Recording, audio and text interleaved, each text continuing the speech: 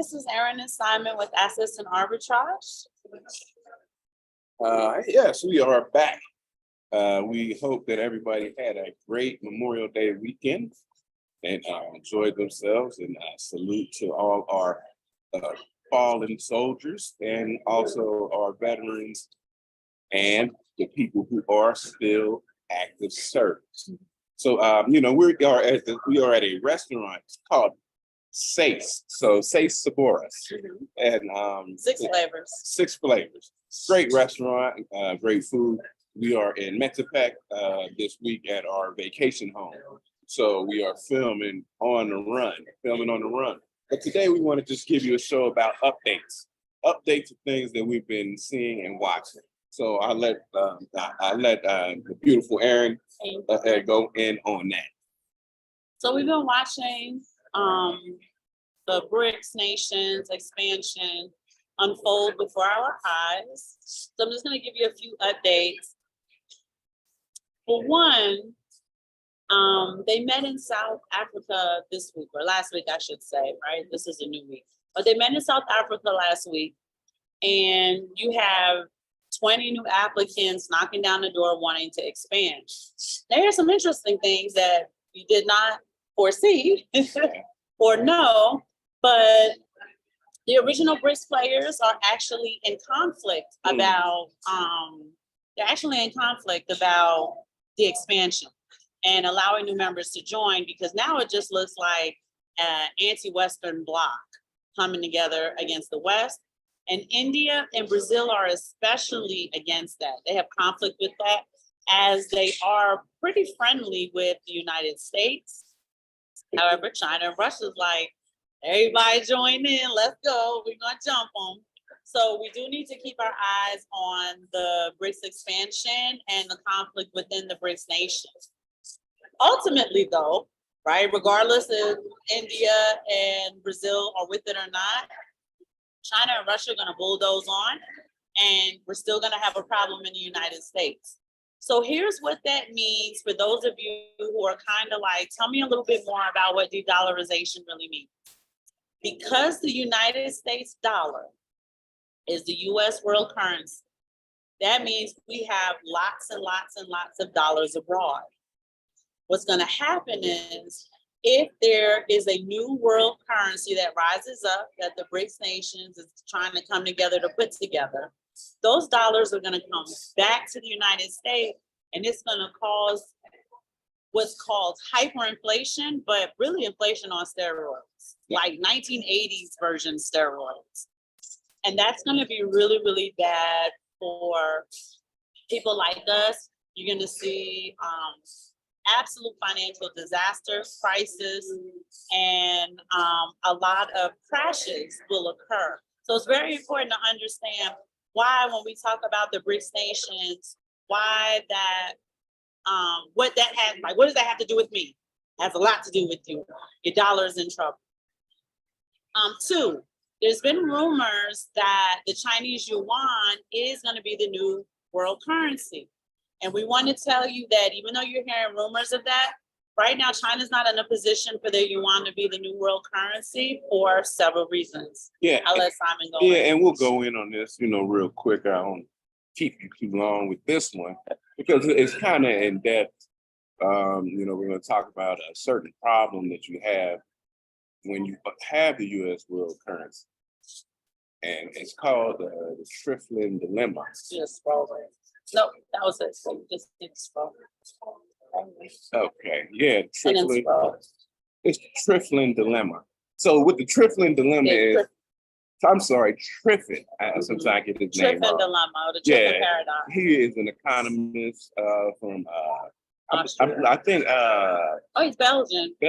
He's Belgian. So he's an economist from Belgium, and his name is Robert Triffin. And we're not going to go through this whole thing. Do you want to read some of it, or? Okay. So the reason why the yuan is going to have difficulty in becoming the world's reserve currency is because Robert Triffin showed us that the country whose currency being the global reserve currency foreign nations wish to hold must be willing to supply the world with an extra supply of its currency in order to fulfill the world demand or global demand for the foreign exchange reserves, which leads to a trade deficit. This means their economy has to operate at a deficit, right? But here's something interesting as we talk about China. In the wake of the US financial crisis of 2007, 2008, the governor of the People's Bank of China said that because the US currency status, which was the world reserve currency, it was the contributing factor to global savings and investment imbalances that led to the crisis in the first place. As such, the Triffin dilemma is related to the global savings glut hypothesis because the dollar, as the world reserve currency, their role exacerbates the US current account deficit due to heightened demands for dollars. So when we talk about the debt ceiling, which they absolutely had to raise because they could not default on 3.4 or 3.1, 3.4. $3.4 trillion in debt globally, they had to raise the ceiling. Did you want to say something before I went on? Well, I just was saying, as far as being the world reserve currency, as she stated, you have to send your currency out to the world and run on a deficit, but that kind of hollows out your country over time. You know, I don't know, we mentioned it before, you got these zombie companies around here. These companies in the United States are hollowed out. They're getting saved and bailed in and all this stuff, but they are hollow zombie companies because US currency has to be spread across the entire world. And China might not want to take that on, but they're working on something, whether it's a CBDC or They're working on it. They're working on something, but they don't want to take on that because once they put their currency out, they're going to start hollowing out their own country. So, it depends on who's in charge, who's the leader, what decisions they make. But that's what's going on. And just understand, like when we talk about the crisis that we're facing now, if de-dollarization occurs because the BRICS nations puts together their own currency that they're going to use for trading purposes, our dollars are going to come back home and create an uber hyper inflation, which is going to be catastrophic financially to millions and millions of people, and even well-to-do people. I know a lot of times people feel like, wealthy people don't get touched. Their pocket's going to get touched, right? But it is going to hurt the people with the least amount of money first. The next thing we wanted to discuss is there is conflict we talked about with India and Brazil within the BRICS nation. So that's going to kind of prolong things a little bit longer, and that'll be good, right? So that we can kind of have time to put our money in silver, put our money in Bitcoin. It just gives us a little bit more time in order to kind of slow and steady dollar cost average ourselves into a position. 2, the US reserve currency is backed by absolutely nothing. We all know that, right? It's not backed by gold. It is backed by the trust of domestic, that's us in the United States. Even though I'm in Mexico, we're still considered United States. By us and global actors. In wake of the debt ceiling raising and the possible default of $3.4 trillion, that trust is completely shaken. We've had 2 banks completely fail in Q1 and Q2 of 2023. And with that being said, with the shaken trust, there's been a $4.7 billion run on the bank within the last 3 months. Depositors are no longer depositing large amounts of money. They are making huge runs on the bank, pulling their money out because they didn't want another disaster like Silicon Valley Bank.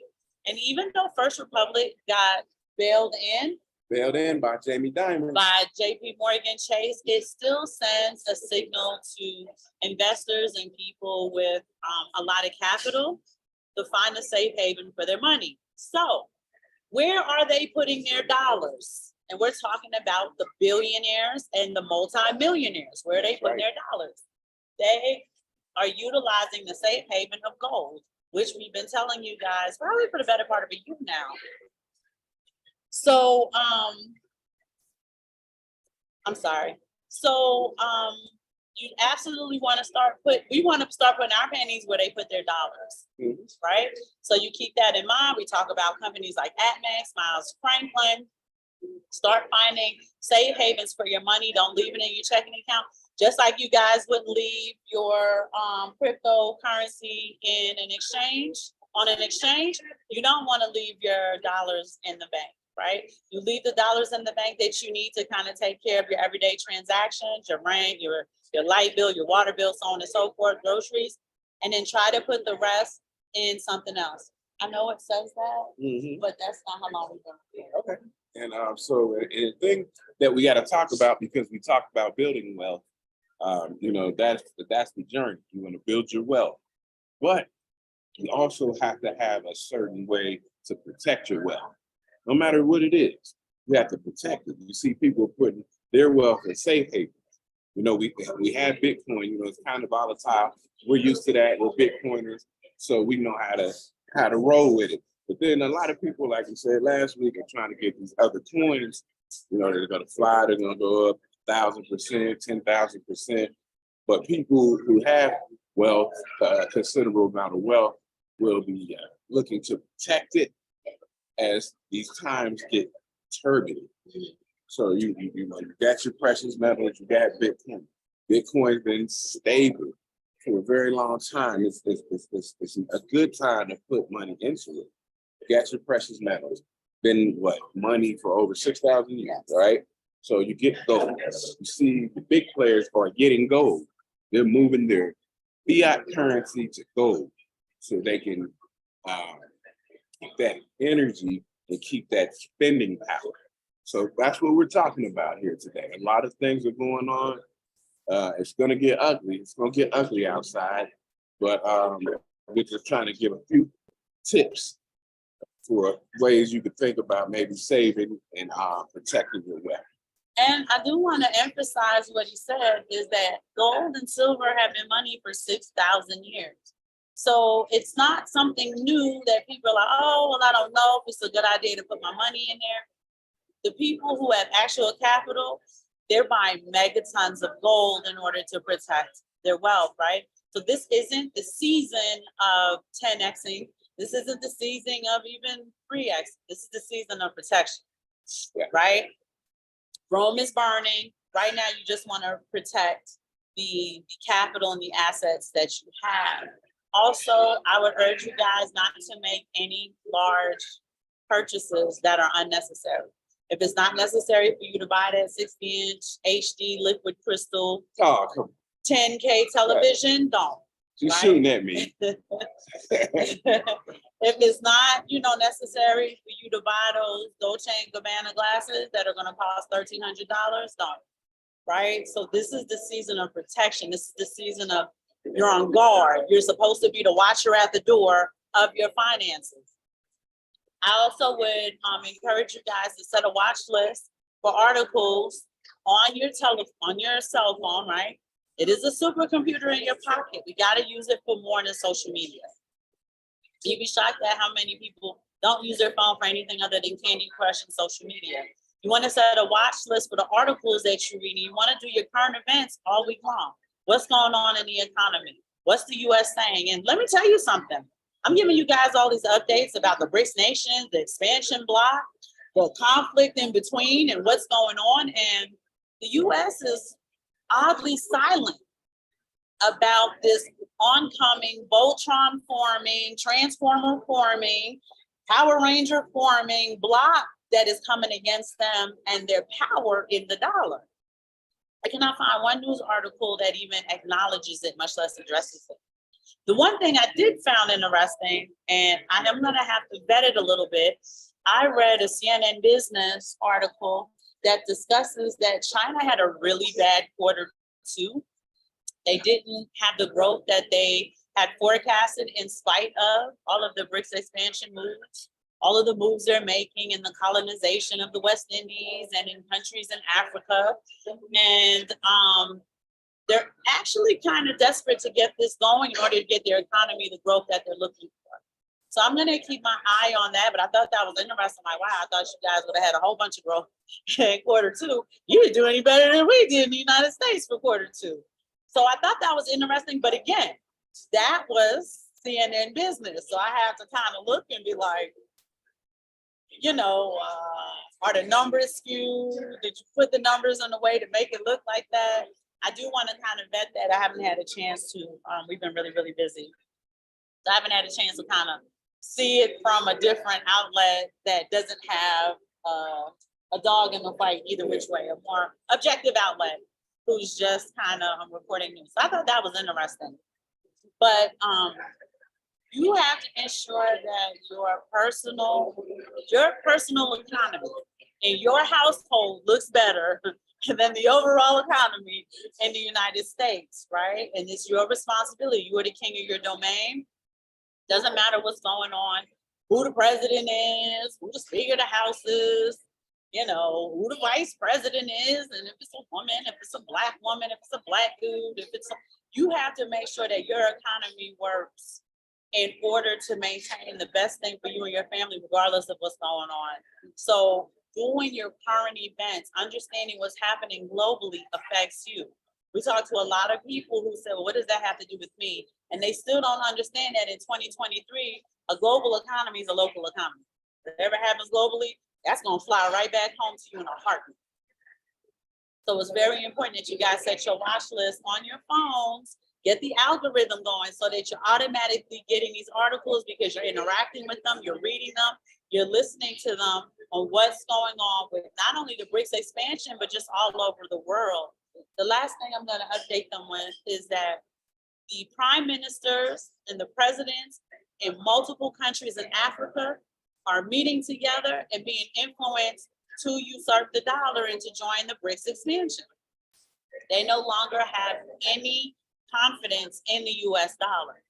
Africa is the largest continent that has gold, right? They have all of those resources. They have the gold, the oil, the this, the that, the third. They have all of the resources needed to really get that jumping, to really get that kicking. And their application is going to be attractive because they have so much to offer at the table.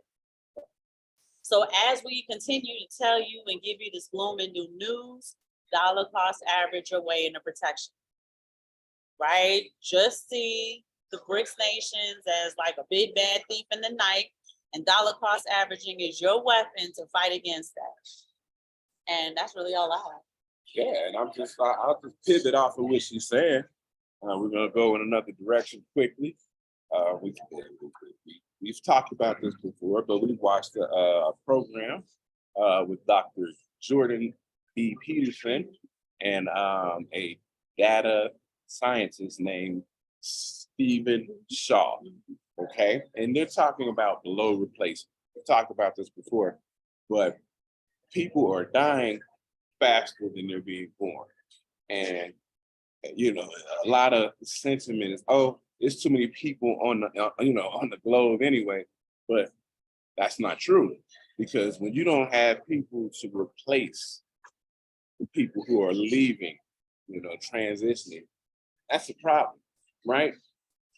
And there's certain numbers, and we're not going to beat you over the head with the numbers, but understand 30 years from now, you need a bus driver, a train conductor, sanitation worker, a doctor, firefighter. You need these people, but people are not replacing, and it's a lot of trouble, especially the jobs that undergird society, right? Like she said, sanitation, fire, police, these things, the water, electricians, all these things. You need these people to replace this, because once people get older and there's nobody to come do the work that they need done, then there's problems. But the problem is, and it's the Western nations, so we're gonna talk about Europe, right? Europe, what's it saying? Europe, Germany, Hungary, Japan, the UK, United States, Canada. These places are below replacement, which means you can't replace the population. Now they're gonna try to do stuff with AI where they cut down the jobs so they don't need as many workers and all this stuff. Still need those jobs, those critical jobs, right? People who are on the electrical grid, stuff like that. People aren't applying for these jobs anymore. They don't want these jobs. I read stories about a fire department that they're down 300 firefighters. And the thing is, nobody's applying because people, it's a different generation. Maybe people don't want to be a firefighter. Maybe they make money at home, right? And that's easier to stay at home. So this below replacement is going to be a problem. Oh, but if I could just cut in, they're down 300 firefighters, but you're not even talking about the firefighters who are on the cusp of retiring this year, next year, the year after that, right? So the number is going to keep compounding and getting bigger. And when you have a medical emergency, there's no paramedic to come to your door, right? Instead of the paramedic coming to your door in 10 minutes or less, like Americans are used to, that's going to take an hour, 2 hours, because the only firefighters we have are across town doing something else with another patient. Yeah. The Western world, and I'm not gonna knock it too bad, but everybody just does what they feel like doing, right? I get to do what I think is best for me. And when you start going into these other countries, especially the countries that are joining BRICS, one, they are not below replacement. They are above replacement. They'll be just fine. That's one. Two, because the countries have the poverty that they have, people are working the jobs in order to gird society. You're gonna have trash people. You're gonna have the people who work for the water company, people who work for sanitation, the people who work as firefighters, paramedics, nurses, doctors. In the United States, you can be whatever you want. You can do whatever you want because we have so much wealth, and not just the United States, but the UK and Japan and all these other places. You have so much wealth, you can pick and choose to be whatever it is you choose to be, and people have to respect that. Yeah. In these other countries, they don't have that. They don't have the subway choices. When I say subway, I'm talking about the restaurant. They don't have the subway choices that Western countries have enjoyed for the last, I don't know how long. And you're gonna start to see society crumble, especially in the US and in the UK, right? It's already crumbling. You're not having enough children to replace the people who do the things you're used to them doing, right? And I've mentioned this before, but I'll mention it again. When you see, if you go on YouTube, you see these people who want to get off the grid, and they form small communities. People are assigned jobs. You don't just get to pick. If you're big and strong, you got to go chop wood. If you know how to cook, then you got to cook. So on and so forth. That's the community building. Jobs are assigned. There's an interesting documentary or series, if you guys have been familiar with Killer Mike, the rapper, but they had a very interesting episode where they started a community and everybody was assigned jobs. And somebody was going to be the head leader who dictated what went on, and then the other people just had to do their job. And like she said, in the United States, just pick your job. It's not like you go out and say, oh, we need more, this electrician, so I better go be an electrician. So I don't want to be an electrician, I want to be this. And so, but as it starts to crumble, see that jobs are gonna. And there's not enough children coming up who want to do those jobs that are not as, what's the word I'm looking for? I call it glamorous. Glamorous, or, that like, oh, this is gonna get me the girls, right? It's just, even with all of the people enrolled in school, graduating from college, a lot of the people graduating from colleges are graduating with humanities degrees. They're not degrees that are really like, hey, you can do engineering, you can do architecture, you can do this. You can get these homes developed so that they're affordable for people or what have you. There's a rise in the tiny homes. People are foregoing their mortgages and expensive apartments to get tiny homes from Home Depot and Lowe's. No, this is for real. I'm gonna get one. They have this tiny home. It is a 2-bedroom. It's nice. I looked at it. I said, wow, we got a whole bunch of kids who can't do that. But it is $46,000 US at Home Depot. You guys can look it up. Of course, it costs more than that because you got to get utilities, mapped into it and stuff like that. Yeah, but you got to find a plot of land that you can have it on. A lot of tiny home people are co-sharing with people with boomers, right? You know, a boomer, like my mom, she's got her home, she's had her home forever. Oh, just park your tiny home in my backyard. Don't worry about it. Maybe, you know, pay me something every month so I can pay the taxes on the land because the home is probably has no mortgage on it or whatever, but they're doing co-sharing on the land of people who do own homes, but who are typically not upside down on their mortgages, at least from the data that I've been doing. I don't know how I ended up in the tiny home sector, but it was really interesting how nice they were. And people are, you know, buying these expensive, the car notes, they said the average car note in the United States is more than $800.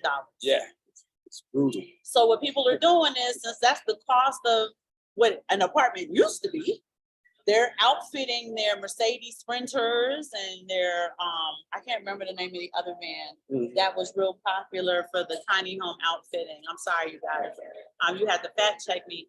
But if their car note is gonna be damn near 1-2 bedroom apartment anyway, they've been doing that. And those are more your millennials who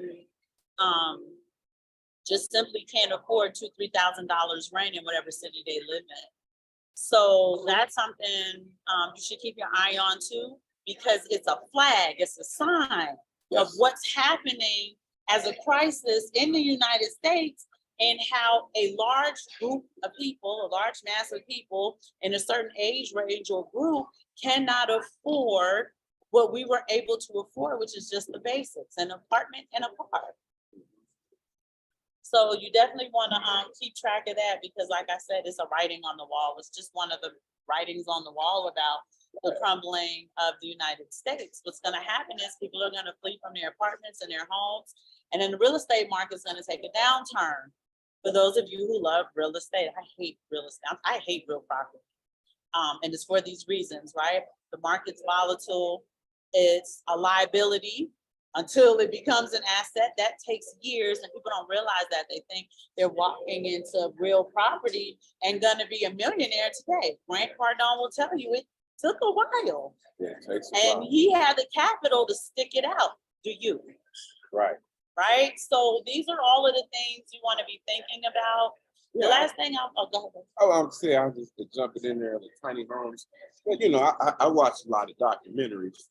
And so I seen a documentary about people who wanted to be off the grid and living in Alaska, you know, but kind of rural Alaska, not the major city. And what they were doing, they were bartering, right? So one lady, she has some potatoes and some vegetables. She goes over to her neighbor. The neighbor has fish. You know, I'll give you some of my potatoes, and they'll give you some of their fish. I mean, they're bartering, and we might be getting to that point. So that's why silver and gold work well, and Bitcoin. Because if you need something from me, I say, hey man, give me 2 ounces of silver.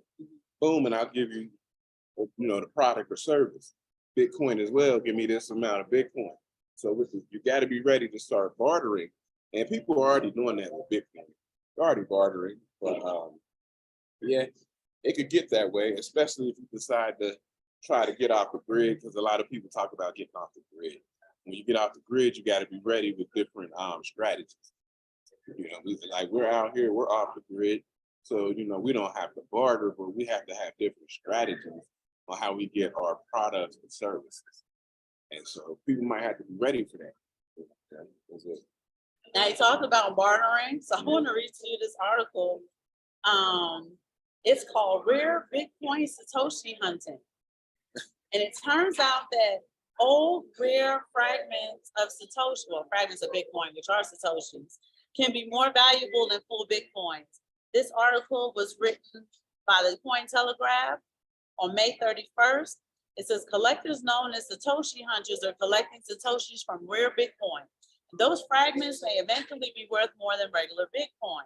Since January, there have been over 10 million inscriptions on the largest blockchain in the world. This number continues to grow exponentially. But to provide some context, the Ordinals protocol allows for the ordered identification of Satoshis, the smallest subdivision of Bitcoin, enabling each of them to have an individual identity. From that, people can inscribe Satoshis with arbitrary content, creating Bitcoin native digital artifacts commonly known as NFTs.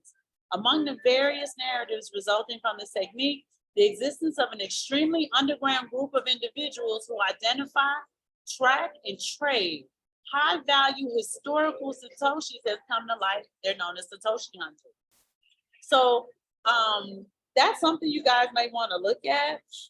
Their main activity involves transacting millions of Bitcoins in search of Satoshis that were present in the historical moments of the crypto world. The practice known as Satoshi hunting can be compared to a continuously withdrawing money from a bank in search of rare coins. When you withdraw $10,000 and keep $1 of rare coins, deposit the remaining $9,999 and repeat the process of withdrawing in a continuous cycle, the group that holds the largest amount of rare Satoshis in this rare Satoshi society, which has already traded more than 1 billion with a B in Bitcoin volume in pursuit of these historical sats. They're becoming well known for providing the rare Satoshis for the majority of ordinal experience, and even sold a single Satoshi for 0.5 Bitcoin. It's something, I'm not gonna continue reading the article to you, but Yeah. some of you may be like, I'm gonna be a Satoshi hunter and that's how I'm gonna get my wealth. You know, whatever floats your boat, we just wanted to give you updates on what's going on in the world, but we're talking to you about real things, and this is survival time, right? Again, we're not talking about, what did you call it? 10x bag? Oh, 10 baggers. 10 baggers. 100 baggers. We're not yeah. talking about, 10xing, 50xing. This is not the time to try to do exponential, because if you're willing to risk that, you're likely gonna lose it. Right? So this isn't a time to be risky and impetuous. This is the time to be clear-headed and strategic and work on protecting the wealth that you have. While slowly but surely, collecting your acorns, right? Because it's gonna be a very cold winter. Winter's here, right? Winter's not coming, winter's here. So you're seeing the snow falling while there's not 50 inches of snow on the ground yet, there's a dusting. So you want to hurry up and do whatever you need to do day by day, week by week, month by month, year by year, until Rome actually completely burns. Other than that, we don't have anything else for you guys this week. No, I'll just let you know on some upcoming shows. We're still gonna get our good brother Zoe Williams back on here to chop up some game. We're also gonna get CEO Andy Shackman back on the show. We're gonna do a very technical show. They can be boring, fortunately, but on scale and variance. So, you guys will check that out, scale and variance, and how you can overlay with the action and traction of Bitcoin. And so I'm going to do that. I've been working on that for a while. It's pretty technical, so it'll take me a minute, but I'll get it out there. And other than that, nothing really. Just having a Sunday fun day out the streets. In the streets, y'all. And we'll see you guys next week. Peace.